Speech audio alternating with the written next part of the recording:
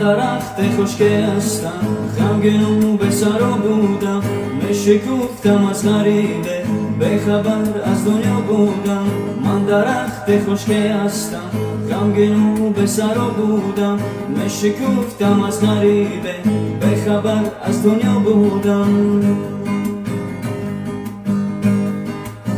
چو سفر بکردم، چو صدای را شنیدم، صدا شنا بود دختر بهار دیدم.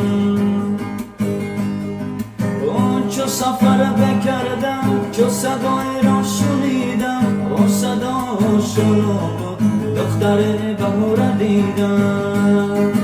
من درخت خشکه هستم، غمگین و به سرا بودم، میشکفتم از غریبه، بیخبر از دنیا بودم.